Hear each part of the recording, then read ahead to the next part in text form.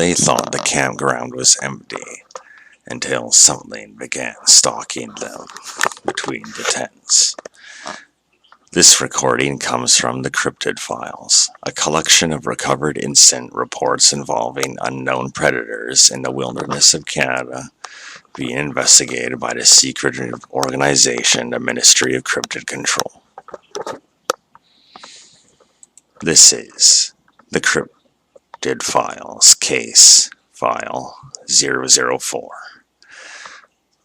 The campground incident. Classification: restricted. Location: the backcountry campground near the Okanagan Lake. Status: multiple missing persons. The first sign that something was wrong came after midnight.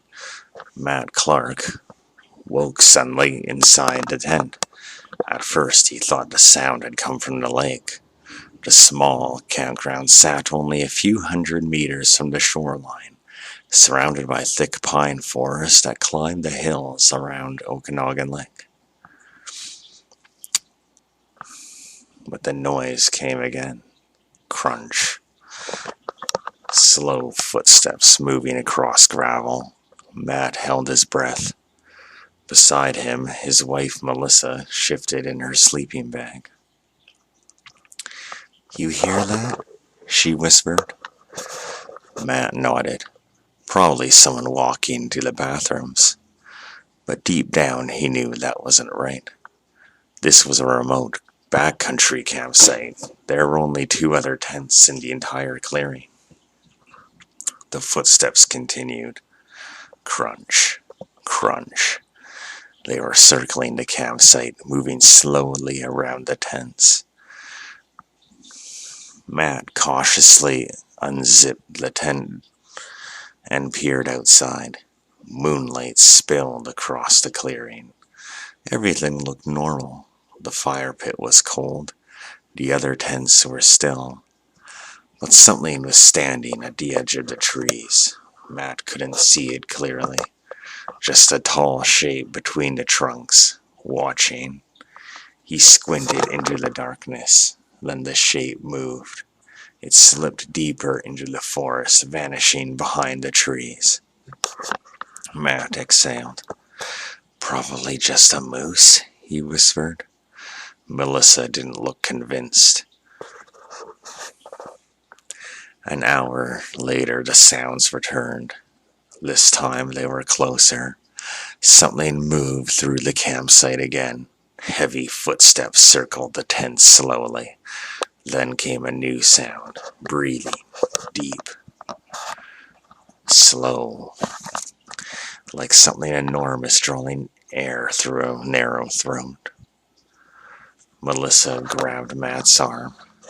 "That is not a moose." The breathing stopped suddenly. For several seconds, the campsite went completely silent. Then something brushed against the side of their tent. The nylon fabric pressed inward for a moment. Matt froze. The shape on the other side was huge. He could see its silhouette in the moonlight. A long tail moved slowly behind it. Melissa covered her mouth to stop herself from screaming. The creature lingered beside the tent for several seconds, longer than it moved away. The footsteps returned, circling the campsite again. Across the clearing, another camper stepped out of his tent. "Hello?" the man called nervously. Matt recognized him as the older man who had been fishing earlier that evening. "You guys hear that?" No one answered. The man took a few steps towards the tree line.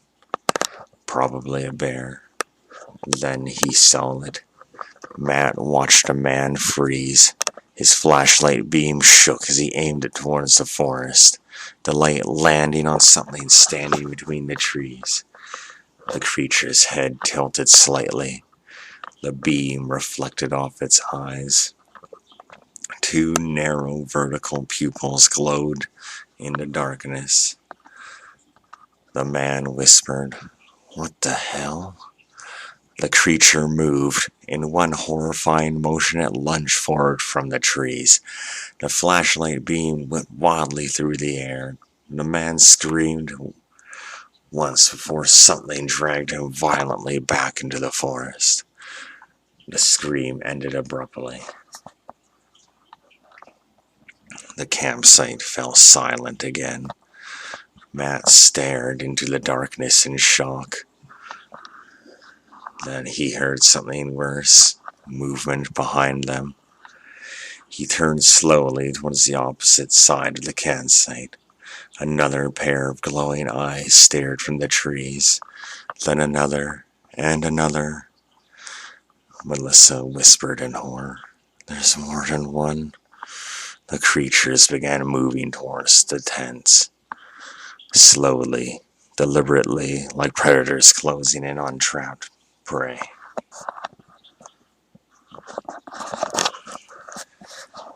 The following morning, park rangers discovered the abandoned campsite. 3 tents remained intact, but the campers were gone. No bodies were ever recovered. Only one disturbing detail was documented in the ranger report.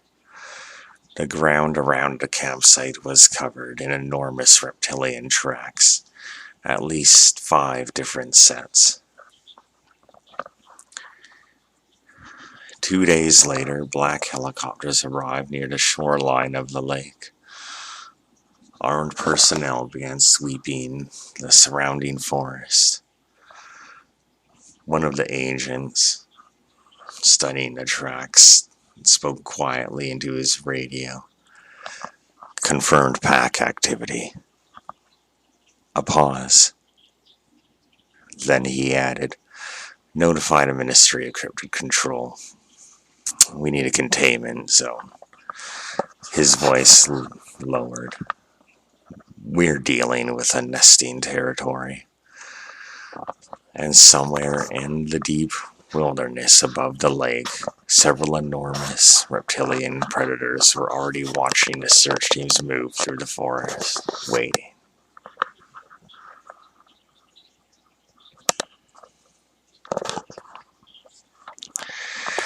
Thank you for listening, and if you like eerie outdoors horror stories like this in this continuing anthology, be sure to like, share, and subscribe.